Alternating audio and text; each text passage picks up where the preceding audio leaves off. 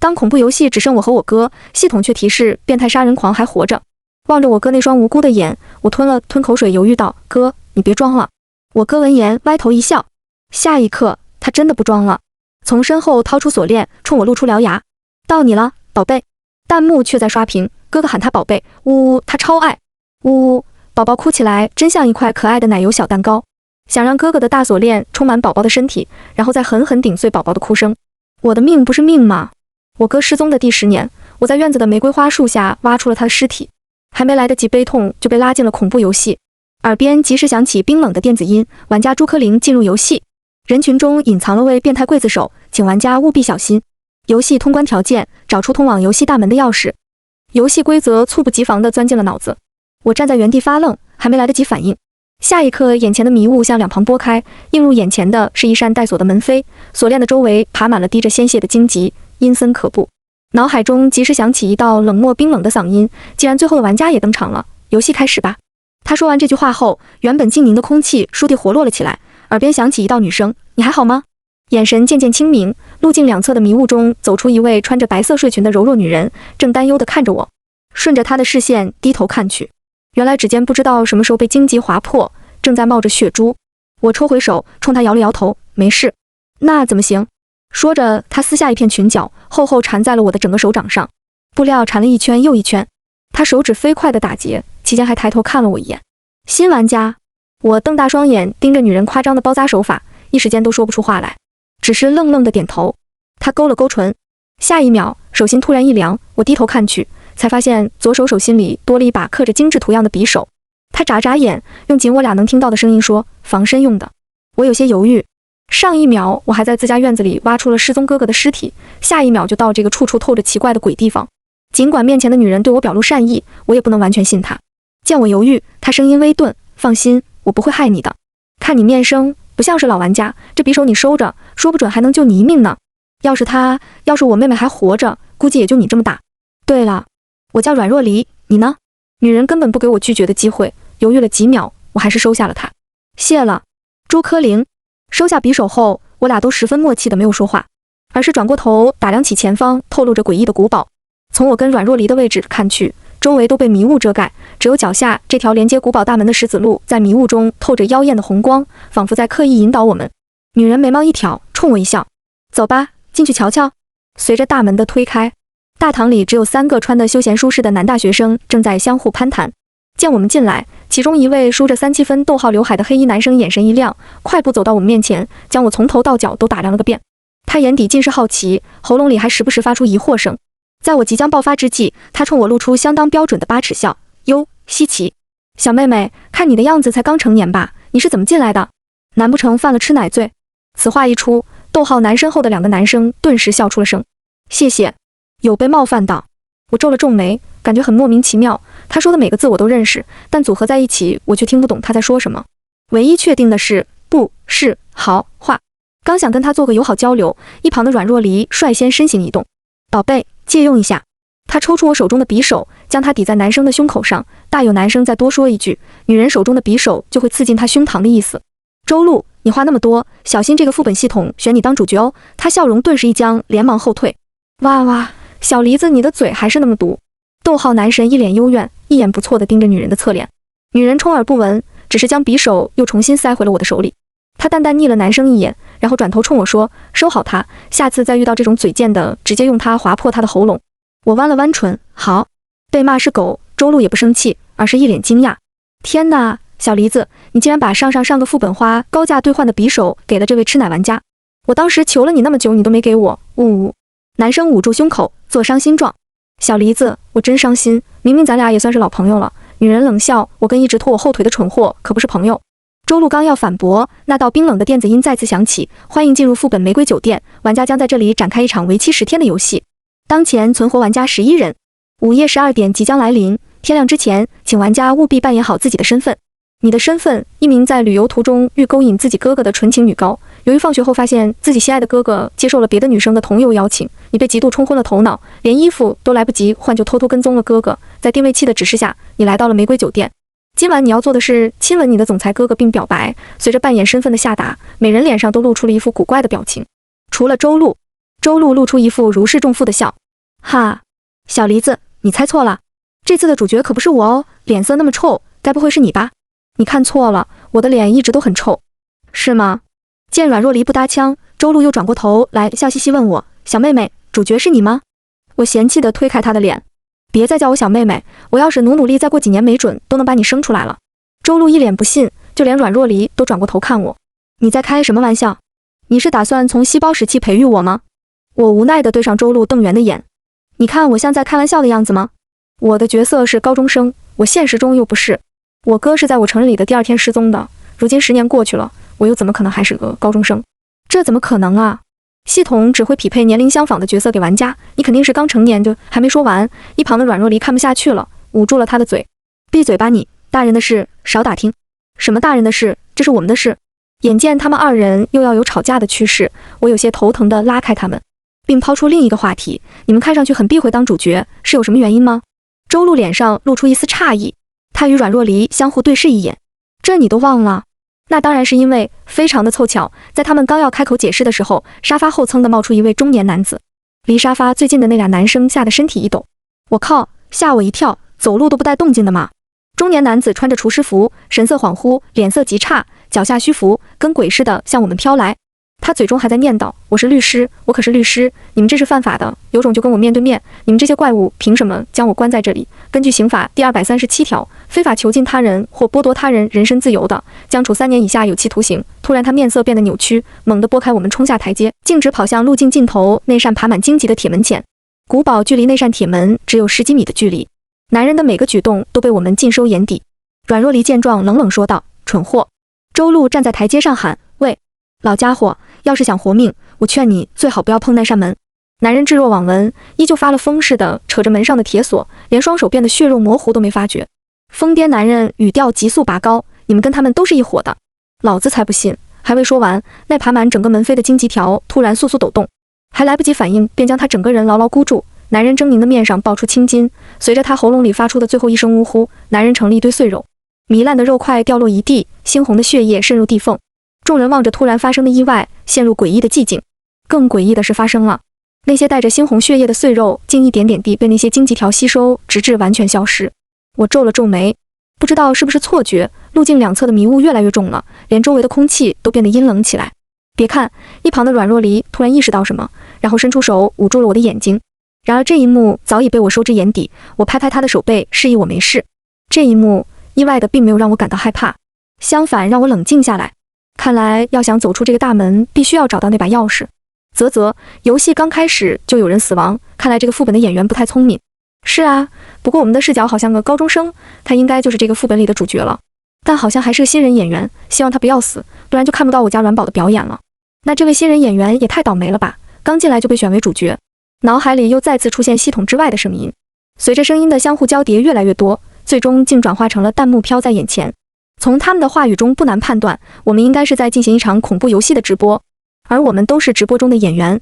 我皱了皱眉，看向阮若离，妄图从他的表情中找到一丝不对劲，但很可惜，阮若离似乎并不能听到这些声音，他只是摸摸我的脑袋，表示安慰，妹妹不怕，姐姐在呢。我俩好像有点暧昧了，难道就因为我穿了身校服，我就注定要当每个人的妹妹吗？我实在绷不住了，可头被他深深地按在那团柔软里，愣是一个字都说不出来。死丫头，放开那个女人，让我埋埋，都是女人，让我埋埋怎么了？呜，请将这位新人妹妹推到墙角，重重吻上去好吗？我是土狗，我爱看，谢谢。我也是土狗，恐怖游戏实在干巴，请你们俩务必给我来点颜色瞧瞧。在众人的沉默中，系统再次出现，玩家厨子死亡，当前存活人数10人。由于厨子属于非常规死亡，游戏任务未能完成，他现实世界中的肉身也随之消散，而他的剧情将会落到剧情占比最少的玩家身上。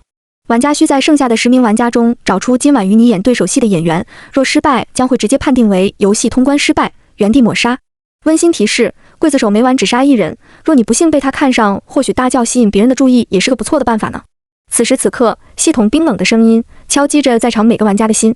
周路率先打破寂静，看了眼腕表，语气沉重，距离12点还有不到半个小时，大家还是抓紧时间准备吧。我从阮若离怀里撤出来，疯狂点头。半个小时的时间里，从一群陌生人里找出我的哥哥不算容易，而系统一遍遍提示的杀人狂也让每个人内心紧绷到了极点。酒店很大，这更让我的寻找变得困难。但好在系统明确了哥哥的身份，总裁哥。既然我是这场剧本的主视角，那跟我演对手戏的哥哥应该大概率就是剧本男主。根据我看霸总小说多年的经验，人群里最装逼的一定是霸总。大堂那3个浑身透着清澈又愚蠢光芒的男大，我并不认为他们会是我的总裁哥。京巡们也确实不是。原本是打算跟阮若离还有那3个男生抱团，但一会儿的功夫他们就都不见了身影。将酒店1楼转遍都没看到其他人的身影，于是我拐上了酒店2楼，期间还尽量让自己暴露在监控之下。这下就算死翘翘了，也不至于什么都不剩，至少还能剩个死亡回放。上了2楼，终于让我看到了一丝光亮。找人的路上说不怕是假的，楼梯格外黑，未知的恐惧才是最恐怖的。尤其楼梯口处站了个背对我的男人，他倚靠在楼梯扶手处。原本上台阶的我身体一顿，落在背后的手紧紧地捏着那把匕首。这闪瞎我的高大背影，还有这昂贵的西装外套，脑海中顿时响起了疙瘩。这总该是我的霸总哥哥了吧？我笃定的一声暴喝：哥！那位隐藏的刽子手大兄弟大概率只会选择落单的人下手。我这一声动静不小，估计能吸引不少人注意。若我是大 boss， 也绝对不会在这个时间点动手。毕竟我要是死了，第一个怀疑的就得是最后一个遇到我的他。很快，楼梯口挤进了第3人，是个胖胖的中年妇女，看样子她也在附近找人。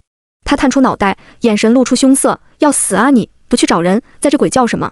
身为方圆百里最软的柿子，我立马一个90度哈腰的大动作：不好意思，不好意思哈。见我态度不错，女人冷哼一声，转身离去，脚下的高跟鞋踩得咚咚响。听着女人渐行渐远的脚步声，我才松了一口气，挺直腰板。刚才声音那么大，这人跟尊大佛似的，依旧倚靠在扶手上，动也不动。难不成是个聋子？我压下心里的疑问，迈上最后的台阶，走到他面前，冲他伸手：哥，你好，我是你妹。但在看清男人脸的瞬间，我直直愣住，眼泪几乎是下意识的滑落，视线里是一双漆黑冷淡的眼睛。男人摘下耳朵里的耳机，抬眸看向我，他静静看我半晌，脸上没有表情，像是在判断我的身份。见我伸出手，男人抿了抿苍白的唇，站直身子，将手放进我的手中。你好，我是你哥。看清男人那张脸的瞬间，弹幕炸开了锅。天哪，一集竟然在这个副本，不是说他签了隔壁台 5S 难度级别的恐怖副本吗？榴莲台这个死丫头都把艺伎大佬请来了，还愣是不吭声。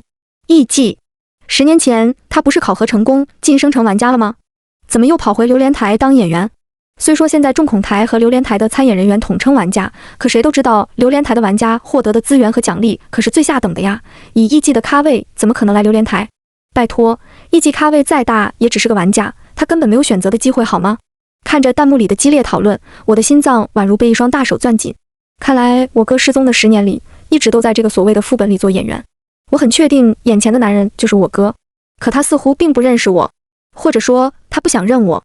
想到这，我面色一白，我不甘心。我找了他10年，可他看我的眼神完全就是看陌生人的模样。艺伎垂眸看着我，眼底划过一丝不耐。放开，不放。察觉到他似乎是想抽回手，我几乎下意识地抓住他。哥，你要去哪？又想抛弃我吗？话还未来得及说完，画面一转，眼前的场景顿时从昏暗的楼梯间转换成陌生的酒店套房。几乎同时，系统声音响起，叮，午夜12点来临，游戏 BOSS 已进入杀戮时间，持续时间为5小时，演员即将被投放到指定地点。温馨提示，不论发生什么事，演员都要将自己的剧情演完哦。听着浴室里传来的水声，我蹲守在浴室门口，难过的眼泪顺着嘴角流了下来。我一定要搞清我哥为什么不想认我。很快，水声停了，艺伎围着浴巾走出来。我吞了吞口水，10年不见，我哥的胸肌大了不少，不知道手感跟10年前相比怎么样。他看了我一眼，皱了皱眉。你怎么来了？明天不要上学吗？我哥入戏相当快，我愣了一下才反应过来，连忙跟上他，念系统给的台词。这不是想，视线不由自主地落在我哥的腰后，看得太过入迷，结果一个脚滑，整个人往前倒去，双手跟有追踪功能似的穿过哥哥的窄腰，按在了他的红豆上。我先是一愣，然后迅速捏了一把，幸福地眯上了眼。这不是想妈妈了吗？好像还不错，挺滑挺软的，好像不是演的，不确定再看看。笑死我了，没有演技，全凭感情。死丫头，让我进去演2集，怎么好事全让你占了？是我走错台了？这不是恐怖游戏吗？怎么满屏都是粉红泡泡？天杀的，老子要把你打成超薄苏菲，凭什么你能把恐怖游戏完成恋综？隔壁台主角的大刀都要抡出火星子了。我哥擦头发的动作顿住了，摸够了。我摇头，不够，一点都不够。那你还想怎样？其实我还想作作。哥，你知道的，从小我就没了妈妈，都快忘了妈妈的味道了。呜呜，他轻轻地笑了。这样啊。突然，一只大手抓住了我的领子，将我像小鸡仔似的提溜起来，扔出了门。眼见面前的房门要被无情地关上，我急忙将门抵住。哥，你做什么？不是还要走剧情吗？他挑了挑眉，剧情就是这么走的。我据理力争，系统只说让我勾引你，除了开头和结尾他给了台词，中间的勾引过程他可是让我尽情发挥的。我哥气笑了。那好，我的任务是不管你怎么发挥，我都要拒绝你。我拒绝了，应该也算完成了剧情。现在你可以回房了。不行，我还没完成呢。万一你被那个杀人狂选上了怎么办？我不同意，我不放心你一个人在房间里。我哥无语，你不怕我就是那个杀人狂？我摇摇头，不怕，你跟我哥长得一模一样，甚至腰侧还有跟我哥一样的雪花纹身。我不知道为什么你不想认我，可我知道你就是我哥。一阵阴风吹过，我缩了缩脖，看了一眼身后的走廊，走廊里漆黑一片，不知道是不是错觉，甚至还能听到墩布拖地的声音。脑海中不由自主地想到原先听过的灵异故事，顿时后背一紧，仿佛都能看到一双空洞漆黑的眼在黑暗中默默地盯着我。那双眼睛似乎注意到了我，拖地声戛然而止，取而代之的是某个球体在地面上滚动的声音。不是吧，不是吧，来真的！我的脸刷得惨白，声音都带着哭腔。哥，你让我进去吧，外头好像有脏东西。呜呜，他那双漠然的眸子盯着我，无声地扯开嘴角。难道只要是跟我长得像的就都是你哥吗？我一愣，不明白什么意思。见他脸色实在不好，笑容里更带着一丝神经质的癫狂，我愣是将一嘴的疑问咽进了肚子里。最终，我哥还是同意让我进了屋。也是在进门的一刹那，一颗睁着眼睛的头颅缓缓滚了进来，然后停在了我的脚边，猝不及防地跟他进行了友好对视。哦，是刚才的胖妈妈。我面无表情地跳了激光舞，然后伸脚一蹬，将那颗圆滚滚的头当皮球踢走，最后将门迅速关上并反锁住。整个动作一气呵成，愣是没让我哥发觉到一个头发丝。外面那位不知道是人是鬼的家伙吃了个闭门羹，正在愤怒地砸门，喉咙里还发出呵呵的声音。老天奶呀，这是人能发出的动静吗？这个事呢，不是说我是个贱贱的小女孩，当然也不是说有病。总之呢，我非常好奇地看了一眼猫眼，结果那人的脸在猫眼里猛地放大，布满红血丝的眼球贴着镜头缓缓转动，发觉实在看不清，他竟然伸出了舌头，好奇地舔了舔镜头，还打了个饱嗝。湿漉漉的粘液粘在猫眼上，好像还沾了那个胖女人的碎肉。妈妈，我不干净了！他奶奶个腿！这猫眼竟然有夜视功能！我差点跪地，倒不是害怕，实在是外头的怪物长得太他妈丑了，脸都没有，整个人血刺呼啦的，只有一颗眼球挂在头上。弹幕哀嚎一片。妹，你是我的妹，我求你别看了，你是有恋仇癖吗？我他妈都快吐了。妹呀，我的好妹妹，求你快让我们看看哥哥养养眼。我也快吐了，赶紧背过身，然后忙看一眼我哥充满诱惑力的背影，洗洗眼睛，只一眼就让我挪不开了眼。眼前的景象让我血脉奋张，我哥竟然趁我不注意，正在偷偷换衣服。但为了不能便宜看直播的人，我又不得不将眼睛捂住。弹幕不干了，啊呀，让我看，让我看！尖叫、扭曲、阴暗爬行，这么见外，有什么是我们不能看的？我不停地咽口水。哥，不如咱走个剧情。艺伎答非所问，疑惑地回头看了我一眼，你有没有听见什么声音？我摸索着走到他身后，借着任务的名义，从背后对我哥上下其手。只不过遗憾的是，他早就换好了衣服，眼下只能摸到一层碍手的布料。我意犹未尽地睁开眼，一脸微笑。没有啊，哥，你听错了。是吗？我咂咂舌，相当埋怨。哥，你也太拿我当外人了，反正一会儿也得脱，至于还要换衣服吗？我哥拦住我欲往他裤兜子里伸的手，先等会，我去看一眼，我怕他一会冲进来把你吃了。我哥一脸正经，差点都要把我骗了。我幽怨地看了他一眼。装？你在装？分明是不想跟我走剧情。有吗？让我听听。我走到门边，装模作样地贴在门上听了一会儿，原以为他在骗人，没想到还真让我听到了些古怪声音。原来那个怪物渐进不来，正在门外无聊地背法条，从基础理论再到国际经济法，从犯罪法再到婚姻法，听得我火气直冒。这怪物怕不是吃了个律师？开玩笑，今晚我可是有亲嘴任务在身的，怎么可能让他打扰到我们？我拦住我哥，哥，你等我一下，这事让我解决。在我哥不信的目光下，我不耐烦地踹了踹门，冲门外喊道：死玩意儿，滚远点背！哈，笑死了，这姐是不是有病？他以为这恐怖副本是他家开的呀？这怪物还能听他指挥不成？我早就想骂了，这姐真是我见过最废的一个玩家，就凭一张人畜无害的脸，在游戏里到处跟人搭话，他以为谁都会吃他那套啊？骂屏太多一下看不过来。很快，弹幕的骂声戛然而止，弹幕都懵了。视角里，门外的那个怪物竞争非常听话地挪了挪屁股，小心翼翼地挪到了对面的房间门口，小声抽泣。众人竟在一个脸都没有的怪物身上看出了一丝委屈。弹幕一片沉默。这发生了什么？这 boss 为什么这么听话？我简直不敢相信自己的眼睛。你别说，你还真别说，他是有点子真本事在身的。再摸，我就把你丢出去喂怪物。我瘪了瘪嘴，委屈极了。要是之前，我哥恨不得将我拆之入腹，可如今他却只是非常冷漠地瞥了我一眼，看来他是真的不记得我了。我不死心，声音低落，哥，难道你真不认识我了吗？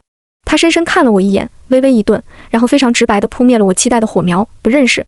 我破防了，他伤害了一个女孩脆弱又易碎的心，有一个小女孩轻轻地碎了。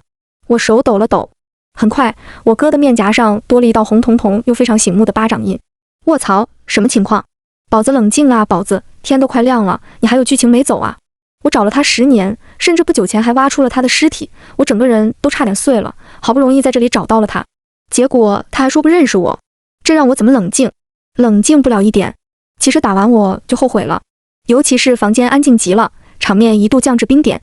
为了让场面不那么尴尬，我吸了吸鼻子，压下喉咙里的哽咽，然后啪的一声，又一个巴掌。既然选择要追寻刺激，那就贯彻到底。来呀，狠狠惩罚我呀！那些杀不死我的，都会让我变得更强大。来自某豆 M， 我对上我哥冷淡至极的眼，冷笑。喜不喜欢妹妹的大巴掌？喜不喜欢？我哥还没说话，弹幕率先刷屏。啊呀，喜欢喜欢。啊呀呀，妹妹别抽他，抽我！呜，凭什么奖励他？妹妹抽我呀！够了，你们这群豆 M 真是够了。扶额苦笑，我嘴角一抽，尽量克制住自己的面部表情。见男人默不作声，只是面无表情地盯着我。我一个深呼吸，又抽了男人一个巴掌。声音倏地拔高，喜不喜欢？说话。艺伎这回终于有了动作，只不过他缓缓抬起了手。我猛地瞪大双眼，以迅雷不及掩耳的速度捂住自己的脸颊。哥，你想打我？难道我不是你的宝宝了吗？成人礼那天，你醉了酒，说我是你最爱的宝贝，还强吻了我。那一刻，我连孩子叫什么名都想好了。结果第二天你就玩失踪。你这一失踪就是10年，我难道不难过吗？你还说不认识我，你怎么这样？弹幕燃起了八卦之魂。姐妹们，有八卦。我靠，这么刺激，这是我们能听的吗？妹，请你展开讲讲。我实在绷不住了，眼泪噼里啪啦往下掉，越说越委屈。昏暗的灯光下，艺伎的神色晦暗难明。我死死咬住自己的嘴唇，好让自己哭得不那么大声。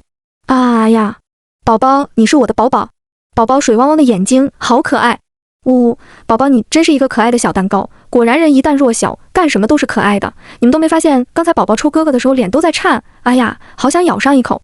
宝宝的眼泪，众人的催情剂。弹幕好像是变态。我哥他抿了抿唇，张了张口，似乎还想说些什么，可对上我的视线，最终还是化成了无奈的叹息。怎么还是这么爱哭？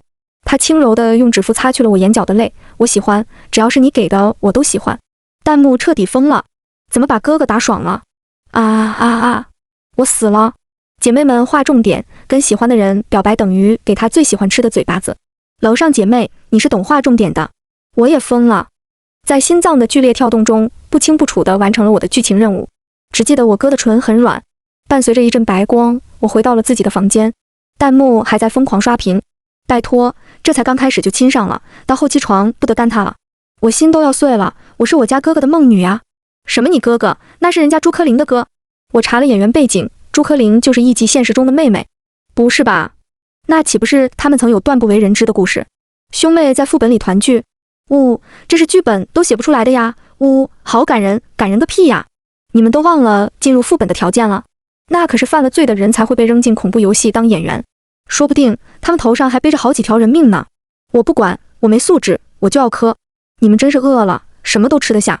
我觉得弹幕好像对我们有什么误解，我怎么不知道我还杀过人？系统无情的播报声响起，经过第一轮游戏角逐，玩家胖妈妈、玩家胖爸爸、玩家黑皮体育生死亡，当前玩家人数7人。真是遗憾，刽子手依旧藏匿在人群当中，玩家注意甄别哦。声音落下，5点的钟声准时敲响，窗外黎明升起。对上镜子中的自己，终于明白了为什么所有人都热衷于叫我妹妹。这张脸分明就是我17、8岁还没完全长开的模样。我沉默了。难道游戏还有让人返老还童的功能？正想着，门外一阵躁动，我关上水龙头，走出门外。我的房间在酒店2楼，这个位置能清楚地看到大堂里发生的一切。大堂除了我，所有人都到齐了，可我的注意力几乎全在最角落的男人身上。所有人都围在2具无头尸体旁，只有他远离人群，安静淡然地望着所有人，仿佛一切都跟他无关。很快他发现了我，抬起头，目光淡淡扫过我，一如既往的冷漠。怎么提起裤子就不认妹了？没办法，看来只能在他面前多刷一刷存在感。嘿嘿，真是拿他没办法，无奈摘掉眼镜。谁让我宠哥呢？下楼的时候，众人吵得厉害。不可能，你们都说不是自己，这不可能。监控坏了，谁能证明你们说的是真的？规则说了，刽子手每晚只杀1人，3颗头颅，2具尸体，一晚上死了3个人，有2个肯定是玩家杀的。说话的是位头顶寸毛不生的光头哥。你昨天在哪？医生，我知道他昨天一直都待在这娘们的房间，你又在哪？他指着身后的阮若离，凶狠地盯着正坐在沙发上埋头干饭的周路。周路一看被人怀疑，顿时抬起头，看我干嘛？小爷，我昨天菜刀抡得飞起，一人做了10个人的饭，他奶奶的厨子的任务竟然落到了我头上，老子大半夜又打游戏又做饭的，谁来心疼我？说着将掉在手指上的大米粒塞回嘴里。这饭做得这么香，你们都不吃？这可是我的心血呀！艺术生弱弱开口，3具尸体都是在1楼发现的，你说你菜刀抡得飞起，谁知道是不是你杀的？况且你跟这个黑皮体育生游戏进场准备的时候，我还看你们相谈甚欢，你是不是找抽？你当时不是也在？何况咱仨一个房间的，谁知道是不是我去做饭的时候你杀了他，又将他丢到了1楼？艺术生涨红了脸，你说什么呀？这怎么可能？我缩着脖子默默路过他们，本来以为场面这么混乱，估计没人会注意到我，结果光头哥还是没放过我，他叫住了我，你昨晚在哪？我脚步没停，继续向我哥那里走去。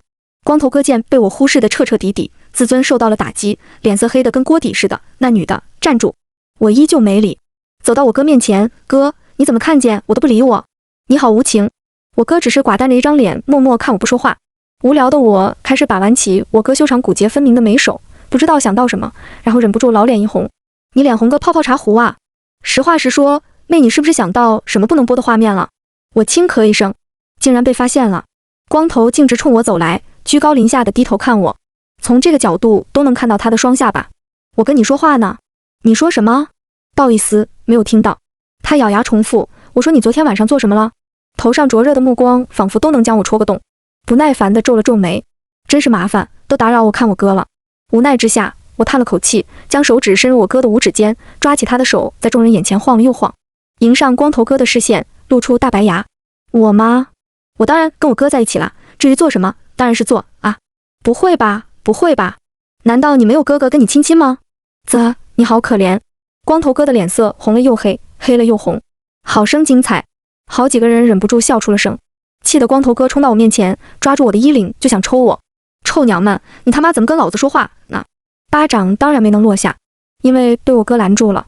嘿嘿，而且阮若离给的匕首确实不错，压根没用力就将光头哥的肚皮顶出一道小口，只要他再往前一步，匕首就会划破他的肚子。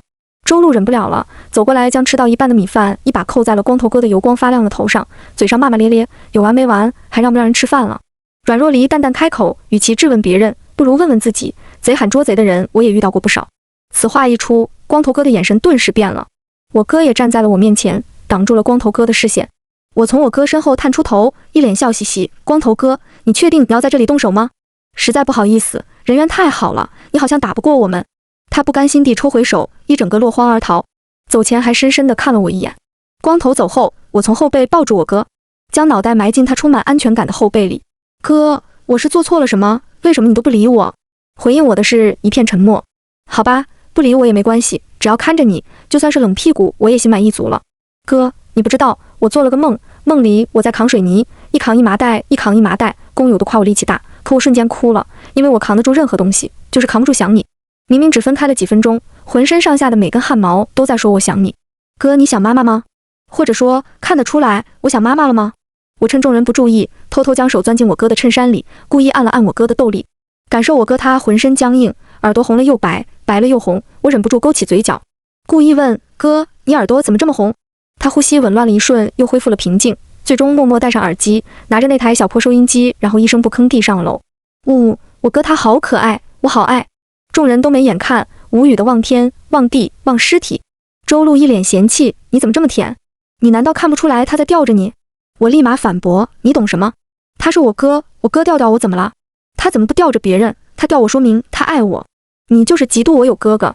周路走过来拍拍我的肩，还砸，你无敌了。在我极致的舔狗文学下，我非常顺利地完成了前3幕，剧情很快就来到了第4幕，也是我在这个游戏的第9天。恭喜玩家顺利完成前3幕任务，你已进入游戏最终幕，当前玩家存活人数依旧为7人。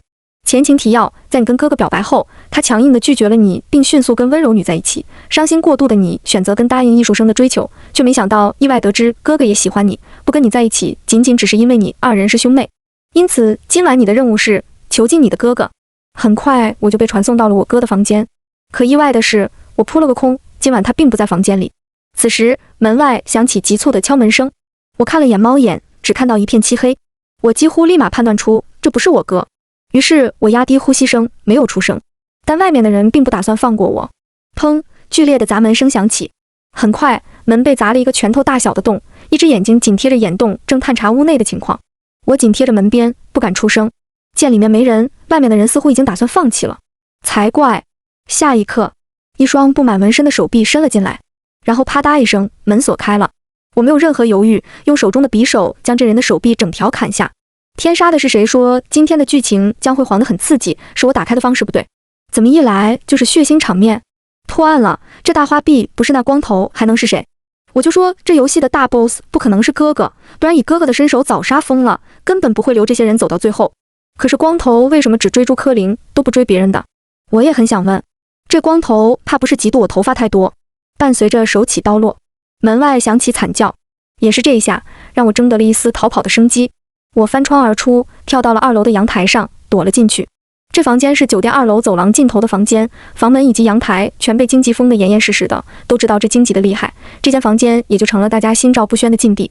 原本也是抱着尝试的心态跳了下来，没想到竟还真让我歪打正着。曾经蔓延整个阳台的荆棘，如今竟有个足够容纳我进去的空隙，没有丝毫犹豫走了进去。我开始打量房间，只是一间很普通的卧室，装潢甚至对比其他房间还要陈旧老套。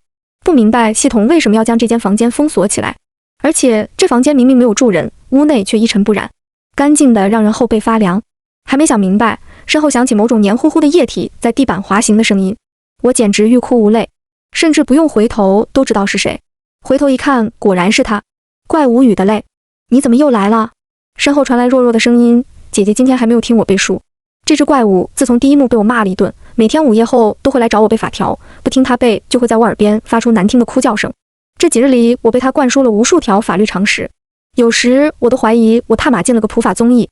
我没时间理他，只是忙着在房间寻找一切跟钥匙沾边的物品。可宝乖，姐姐忙着呢，你先找点事干，一会我再听。只剩下这个房间没找了，钥匙肯定在这里，就是不知道具体是什么物品。找着找着，总觉得自己好像忘了什么东西。哦，对，是怪物科宝，他意外的没有给我捣乱，太老实了，老实的有些古怪。我看了一眼他，明明很乖巧的在我背后嚼东西，难道是我的错觉？等等，科宝，你在嚼什么？我满脸震惊，这荆棘你都吃了？满阳台的荆棘消失得一干二净。突然，我莫名感到一阵不安。我一脸忐忑走到门口，果然门上光秃秃的，哪里还有荆棘条的踪迹？伦家饿了吗？我气得额角突突，下意识就想夺门而出，可门外光头阴恻恻的笑声制止了我。无奈，我只能钻进床底，并对那只成事不足败事有余的丑东西做了逐客令，要不你先走。没事的，姐姐不用担心我，我就在这里等你就好。我感觉我头顶在冒烟，我是想说，你站在这里是生怕光头哥看不到我吗？被我凶了一番，柯宝瘪了瘪嘴，喉咙里不停地发出呜呜声，生怕他的声音将光头男招来，我不得不缓和了语气。柯宝乖，不如你帮姐姐把他引开，姐姐就听你背书怎么样？不要，他好凶，我怕。没办法了，我只能爬出床底，先把柯宝塞进去，然后自己又重新挤了进去。我恨铁不成钢地拍了柯宝的脑门，你是个怪物，怎么比我这个玩家还弱？伦家才不系怪物，呜！我连忙捂住他的嘴巴，别哭了，你不是怪物，我是。不行，姐姐也不是。好，我也不是。可你是男孩子，男孩子都是要保护姐姐的。没想到此话一出，柯宝哭得更厉害了，嗷呜！伦家才不系男孩子，伦家系女生。沉默且破防，门外响起脚步声，我顿感不妙。不是吧？他这么快就找到了这里？在静的连根针掉地都能听到的房间里，房门的吱呀声让人心脏狂飙。听着愈走愈近的脚步声，我紧紧捂住柯宝的嘴，心脏都快跳到嗓子眼。那双脚缓缓停在床边，我呼吸都快停止了。下一刻，医生的那张阴郁的脸出现在了床底下。找到你了！看到医生的那一瞬间，我是懵逼的，因为在我看来，医生一直是存在感最低的玩家。现在看来，我错得离谱。他冲我温柔一笑：“朱小姐，墙已经死了，地板上凉，你快出来吧。”我抖了抖浑身的鸡皮疙瘩。骗鬼呢他！到了现在了，谁看不出他跟光头是一伙的？我挤出一滴泪。真的吗？实在是太好了。然后趁医生不注意，一脚踹在了他装模作样的脸上。他表情顿时变得扭曲，捂住眼睛，低声咆哮：“墙，老板，我在。”床边又多了一双脚，医生的墙来了！一声暴喝，整张床被光头单手掀开，我跟柯宝被迫暴露在他们的目光之下。救命！此时我竟有一种光着身子在大街裸奔的无力感。我欲哭无泪，连忙伸出尔康手：“等等，我输了，我承认你是这个。”我竖起大拇指，说了一堆违心的夸夸。医生看样子很受用，能不能求求你们，让我死也死明白？我有问题想问你。眼下只能尽量拖延时间，希望我哥他们能快点找到我。看得出医生才是墙的顶头上司。在医生的沉默中，我不停冒着冷汗。好在他深得反派精髓。他大笑一声：“那我给你这个机会，让你死个明白。你是系统投放的刽子手。”他答非所问：“是不是我？又有什么关系？你只需知道你要死了。你好像很讨厌我，可我并不觉得我们之前有见过面。”医生面上浮出一抹古怪：“你问这些做什么？好了，别废话了，你该上路了。动手吧，强！”我面上浮出极度的惊恐，声音颤抖，看向他们身后：“哥，你怎么来了？”二人同时停下动作，回头。我想也没想，就将匕首刺进了光头胸前。与此同时，阮若离的匕首也扎进了医生颈动脉。朋友，有没有人跟你说过当反派不要话太多？反派死于话多的道理，你竟然都不知道？他冷笑：“该说不愧是你，还是那么讨厌。”医生咽气前，眼睛还在死死地盯着我。我与阮若离相互对视一眼，彼此都在对方眼中看到了信任。最大的麻烦解决了，就只剩下通关钥匙。可翻遍整个房间也无果，我们也只能放弃。就在我们离开的时候，怎么也没想到光头竟然还留有最后一口气，拼尽全身力气将医生身上的手术刀捅向我。他死也要拉个垫背的。是阮若离挡在了我身前，我哭得稀里哗啦。他胸口的血洞怎么止也止不住，见我哭的鼻涕泡都出来了，阮若离笑个不停。他一笑，胸口的大洞涌出的血就更多了。见你一面可真不容易，花了我50万的积分呢，再见面你可都得还给我。好，还你都还你，别死好不好？求你别死！不信神的我，此刻竟只能祈求神明能救救他。阮若离像是看傻子一样看着我，怎么失了忆，脑子还坏了？你才脑子坏了呢！哦，没坏，还能听清我说的话。我说我的任务早完成了，我不会死的。之所以留在这里，也只是想帮你扫清最大的障碍。如今障碍已经没了，我也能放心传送到下个副本了。闻言，我顿时止住了泪。妈的，不早说！他像是知道我心里在想什么的样子，耸了耸肩，无奈道：“我早说了，是你鼻涕泡一个接一个，愣是听不见。”我顿时无语。那周路呢？阮若离嗤笑一声，他个废物蛋，没准早被那个强剁得稀巴烂了。好了，我该走了，宝贝。希望下个副本还能再见面。还没等我告别，阮若离就迅速咽了气。这下线速度也太快了吧！随着阮若离的下线，系统冷漠的声音响起：玩家阮若离，周路，医生任务完成，主动脱离副本。玩家光头男，艺术生死亡，当前存活玩家仅剩2人。医生竟然也完成了任务，主动脱离了副本。既然他早就完成了任务，那他留在这里的最终目的到底是什么？谜团越滚越大，无数团线错杂在一起，没有一丝头绪。还有艺术生竟然也死了。虽说不知道发生了什么，可眼下最重要的不是纠结这个，最重要的是要搞清通关的钥匙究竟是什么。现在整个副本里就只剩下我跟我哥，那找个钥匙还不是易如反掌啊，易如反掌啊！一想到马上就能回家，我就忍不住嘴角上扬。哥，很快我们就可以回家了。可下一刻系统的话就将我的心提到了嗓子眼。很遗憾，隐藏在人群中的刽子手依然存在。还隐藏个什么呀？就剩我跟我哥了。系统，你要不再看看呢？我哥终于回来了。我装作若无其事的样子，问他：哥，你去哪了？外面的玫瑰开得很漂亮，想带给你看看。他放下手中的白色玫瑰，玫瑰花上还带着血色露珠。我干笑2声。是吗？哥，下回你说谎话之前，能不能先把脸上的血擦干净？望着我哥那双无辜的眼，我狠了狠心，佯装镇定道：哥，你别装了，你就是这个副本里的大 boss 吧？我都知道了。我哥闻言歪头一笑。好吧，既然都知道了，下一刻他真的不装了，从身后掏出锁链，冲我露出獠牙。那就该你了，宝贝。弹幕却在刷屏，哥哥喊他宝贝，呜呜，他超爱，呜呜，宝宝哭起来真像一块可爱的奶油小蛋糕。想让哥哥的大锁链充满宝宝的身体，然后再狠狠顶碎宝宝的哭声。我的命不是命吗？谁来抱抱我？我快碎了。跟剧本剧情不一样的是，我没能囚禁我哥，反而我哥囚禁了我。我被他关在了那个荆棘房间，房间早已被他恢复原样，就连地上的血迹都被抹得一干二净。他每隔3个小时就会在床头放一支新鲜带着血珠的白色玫瑰。醒来后，床头又多增添了几支，算上之前的，已经有了8支玫瑰。距离副本关闭时间还有6个小时，或许马上我就要被永久留在这里。但是若是我哥在的话，好像也不错。我捏着白玫瑰娇嫩的花瓣，内心深处也不由得变得柔软。突然眼前白光一闪，头脑一阵眩晕过后，我发现我又再一次地站到了院子的前面。视角里，红色玫瑰正在妖艳地绽放着。我几乎窒息，我开始疯了一样跑土。可当我即将看清那张脸的时候，我迟疑了。我不敢再继续下去，我怕结果是我不能承受的。最终，我还是拨开了那张脸上的土。我看清了那张脸，这张脸分明是我。